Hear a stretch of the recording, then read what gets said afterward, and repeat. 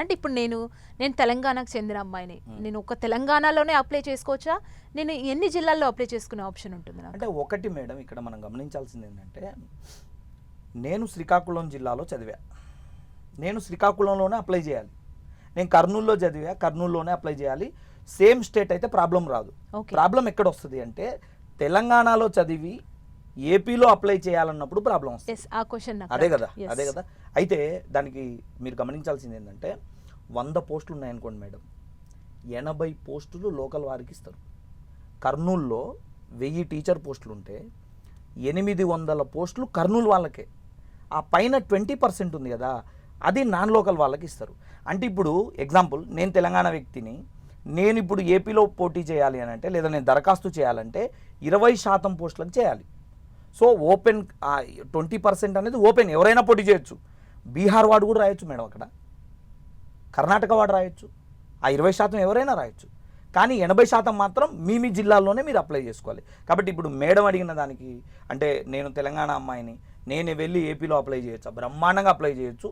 కానీ 20% పోస్టులకే మీరు అప్లై చేయాలి, దానికే మీరు అర్హులు అవుతారు.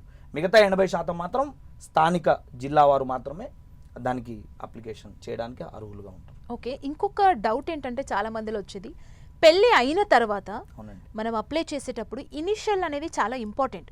సో హస్బెండ్ ఇనిషియల్ ఇవ్వాలా, లేదంటే మన సర్టిఫికెట్స్లో వచ్చే ఇనిషియల్ అందులో అప్లోడ్ చేయాలా? మంచి ప్రశ్న. చాలామంది గృహిణులు ఈ ప్రశ్న కోసం ఎదురు చూస్తుంటారు నాకు తెలిసి. రియలిస్టిక్గా చెప్పాలి అని అంటే, దీనికి ఆంధ్రప్రదేశ్ ప్రభుత్వమే ఒక పత్రికా ప్రకటన కూడా ఇవ్వడం జరిగింది.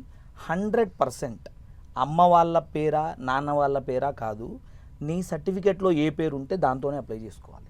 సర్టిఫికేట్లో మల్లమ్మ అనుంది మల్లమ్మే, ఎల్లమ్మ అనుంది ఎల్లమ్మే, ఇంటి పేరు దాసరి అనుంది దాసరే, నీకు సర్టిఫికేట్లో ఉన్న పేరుతోనే అప్లై చేయి. నువ్వు అనొచ్చు, సార్ నాకు ఆధార్ కార్డులో వేరేది ఉంది కదా. ఆధార్ కార్డు అవసరం లేదు అక్కడ.